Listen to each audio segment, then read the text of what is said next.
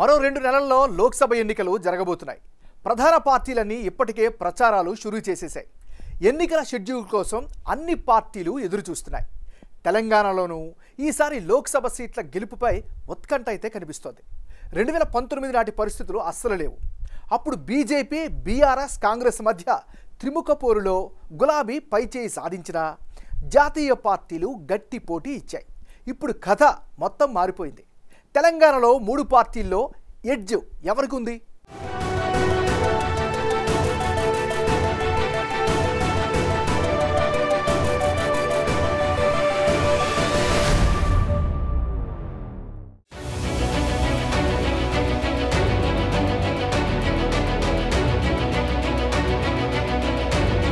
తెలంగాణలో రాజకీయం మరోసారి రంజుగా మారిపోయింది.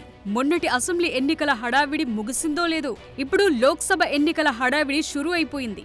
అయితే ఈసారి లెక్కలన్నీ మారిపోయాయి. 2019 పరిస్థితులు వేరు, ఇప్పుడు సీన్ వేరు.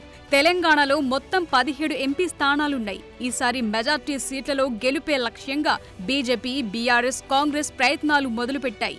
బలమైన అభ్యర్థులను బరిలో దింపేలా ఏర్పాట్లు చేసుకుంటున్నాయి. గత ఎన్నికల్లో కాంగ్రెస్ కు 3, బీజేపీకి 4, ఎంఐఎం 1, బీఆర్ఎస్ కు 9 ఎంపీ స్థానాలొచ్చాయి. కానీ ఇప్పుడు పాత పరిస్థితులు ఏమాత్రం లేవు.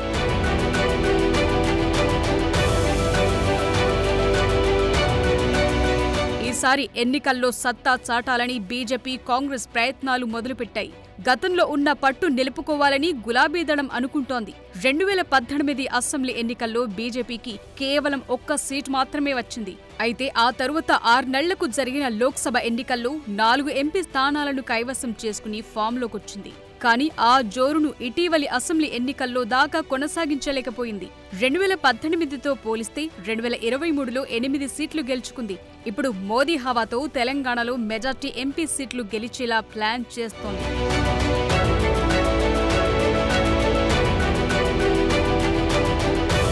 గతంలో 4 ఎంపీ సీట్లు గెలిచిన కాషాయదళం ఇప్పుడు ఆ సంఖ్యను 10కి చేర్చాలనుకుంటోంది. రథయాత్రలతో జనంలోకి వెడుతోంది. ఇప్పటికే రథయాత్రలకు పూజలు చేశారు. బీజేపీ పాలిత రాష్ట్రాల ముఖ్యమంత్రులు, కేంద్ర మంత్రులు రథయాత్రల్లో పాల్గొనబోతున్నారు. ఈసారి 10 సీట్లు ఖాయమని బీజేపీ నేతలు ధీమాతో ఉంటున్నారు. అయితే తెలంగాణలో కాంగ్రెస్ కు 10 సీట్లొస్తాయని ఇటీవలే ఇండియా టుడే ప్రీపోల్ సర్వే వెల్లడించింది. ఇటీవలే అసెంబ్లీ ఎన్నికల్లో సత్తా చాటి ప్రభుత్వాన్ని ఏర్పాటు చేసిన కాంగ్రెస్ పార్టీ లోక్సభ ఎన్నికల్లోనూ అదే ఉత్సాహంతో ఉంది. సాధారణంగా ఓటరు నాడి కూడా గెలిచిన పార్టీ వైపు ఉండటం సహజమే. అయితే దీన్ని తిరగరాయాలని, మోదీ మానియా ఉపయోగించుకోవాలని తెలంగాణ బీజేపీ అనుకుంటోంది.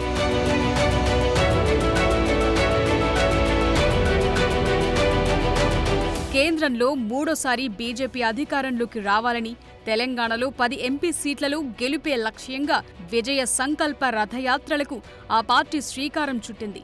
నిజానికి రథయాత్రలు బీజేపీకి సెంటిమెంటుగా ఉన్నాయి. ఇప్పుడు తెలంగాణలోనూ అదే ఫార్ములాను కమలదళం ప్రయోగిస్తోంది. మార్చి 1 దాకా ఈ రథయాత్రలు కొనసాగనున్నాయి. చార్మినార్ భాగ్యలక్ష్మి దేవాలయం వద్ద విజయ సంకల్పయాత్ర ప్రచార రథాలకు పూజా కార్యక్రమాలు నిర్వహించారు. కిషన్ రెడ్డి స్వయంగా ప్రచార వాహనాన్ని నడిపారు. హైదరాబాద్ను మినహాయించి 16 ఎంపీ స్థానాలను 5 క్లస్టర్లుగా విభజించింది తెలంగాణ బీజేపీ పార్టీ. ఒక్కో క్లస్టర్ పరిధిలో 3 నుంచి 4 ఎంపీ సెగ్మెంట్లున్నాయి.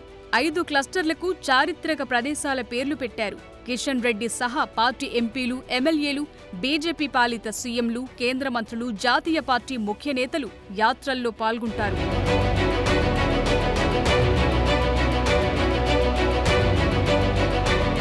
భాగ్యలక్ష్మి క్లస్టర్ భువనగిరి నుంచి 3 ఎంపీ సెగ్మెంట్ల పరిధిలోని 21 అసెంబ్లీ నియోజకవర్గాలను కవర్ చేస్తూ హైదరాబాద్లో ముగుస్తుంది. ఇక కొమురం భీం క్లస్టర్ ముధోల్ నుంచి మొదలవుతుంది. దీనికి ముఖ్య అతిథిగా అసోం సీఎం హిమంత బిశ్వ శర్మ వస్తున్నారు. ఈ యాత్ర 21 అసెంబ్లీ నియోజకవర్గాల్లో సాగి నిజామాబాద్ జిల్లా బోధన్లో ముగుస్తుంది. అటు రాజరాజేశ్వరి క్లస్టర్ వికారాబాద్ జిల్లా తాండూరు నుంచి మొదలై 4 ఎంపీ సెగ్మెంట్ల పరిధిలోని 28 అసెంబ్లీ నియోజకవర్గాలను కవర్ చేస్తూ కరీంనగర్లో ముగుస్తుంది. ఈ యాత్రను గోవా సీఎం ప్రమోద్ సావంత్ ప్రారంభిస్తారు. కృష్ణమ్మ క్లస్టర్లు మక్తల్ నుంచి మొదలై 3 ఎంపీ సెగ్మెంట్ల పరిధిలోని 21 అసెంబ్లీ నియోజకవర్గాల్లో సాగి నల్గొండలో ముగుస్తుంది. ఇక చివరగా కాకతీయ భద్రకాళి యాత్ర ఈ నెల 25వ తేదీన భద్రాచలంలో ప్రారంభమై 3 ఎంపీ సెగ్మెంట్ల పరిధిలోని సీట్లలోని 21 అసెంబ్లీ నియోజకవర్గాలను కవర్ చేస్తూ ములుగులో ముగుస్తుంది. ఇది బీజేపీ రథయాత్రల స్కెడ్యూల్.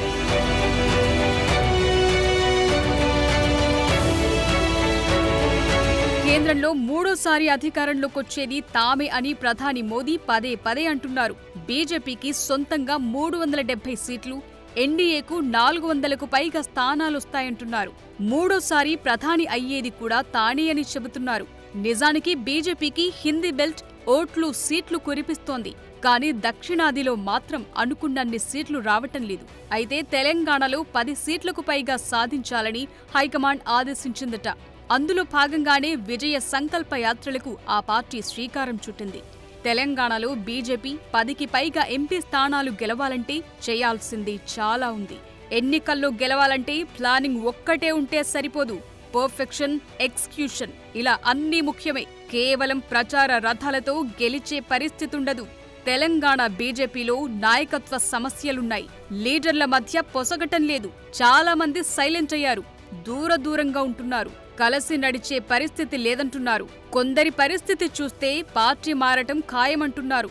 ఇలా రకరకాల ప్రచారాలు జరుగుతున్న సమయంలో తెలంగాణ బీజేపీ సవాళ్లను, సమస్యలను ఎలా అధిగమిస్తుందన్నది కీలకంగా మారింది.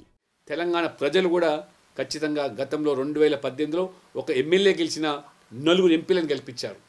మరి 5 మాసాల వ్యవధిలో ఇప్పుడు మరి 8 మంది ఎమ్మెల్యేలు గెలిచి 100% ఓట్ల శాతాన్ని పెంచుకున్న బీజేపీ 2024లో జరిగే ఎన్నికల్లో 10కి తక్కువ కాకుండా 17 సీట్లలో ధీటుగా పోటీ చేసి 10కి తక్కువ కాకుండా 35% పైగా ఓట్లు సాధించి భవిష్యత్తులో డబుల్ ఇంజన్ సర్కార్కు మార్గం సుగమం చేయడానికే ఈరోజు భారతీయ జనతా పార్టీ ఈ యొక్క మరి బస్సు యాత్రల సందర్భంగా రేపటి నుంచి ప్రారంభమయ్యేటువంటి బస్సు యాత్రలు.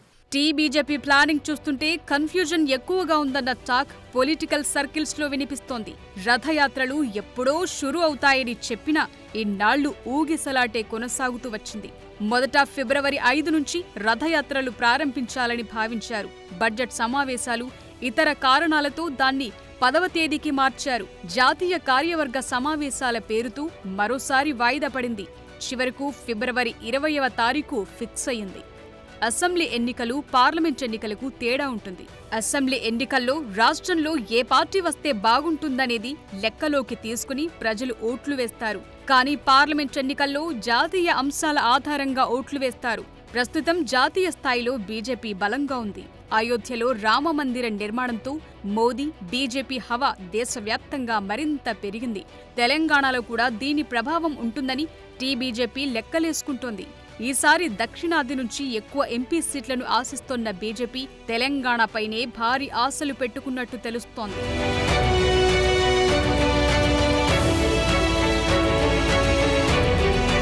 బీజేపీ ఎప్పుడూ ఎన్నికల నోటిఫికేషన్ వచ్చిన తరువాతనే అభ్యర్థుల ప్రకటన చేస్తూ ఉంటుంది. ఈసారి ఎన్నికల్లో కూడా అదే ఫార్ములాను ఫాలో కానుంది. అటు తెలంగాణలో అధికారంలో ఉన్న కాంగ్రెస్ కూడా లోక్సభ ఎన్నికల శంఖారావాన్ని ఇప్పటికే పూరించింది. ప్రతిపక్ష బీఆర్ఎస్ కూడా లోక్సభ ఎన్నికలపై కసరత్తు చేస్తోంది. ఇప్పటికీ పార్లమెంటరీ నియోజకవర్గాల వారీగా గులాబీ దళం సమావేశాలు నిర్వహించింది. ఇటీవల వచ్చిన వివిధ సర్వేలు కూడా రాష్ట్రంలో కాంగ్రెస్ 10 నుంచి 12 పార్లమెంట్ సీట్లను గెలుచుకునే అవకాశముందని అంచనా వేశాయి. ఈ సర్వే ఫలితాలు హస్తం పార్టీలో జోష్ నింపుతున్నాయి.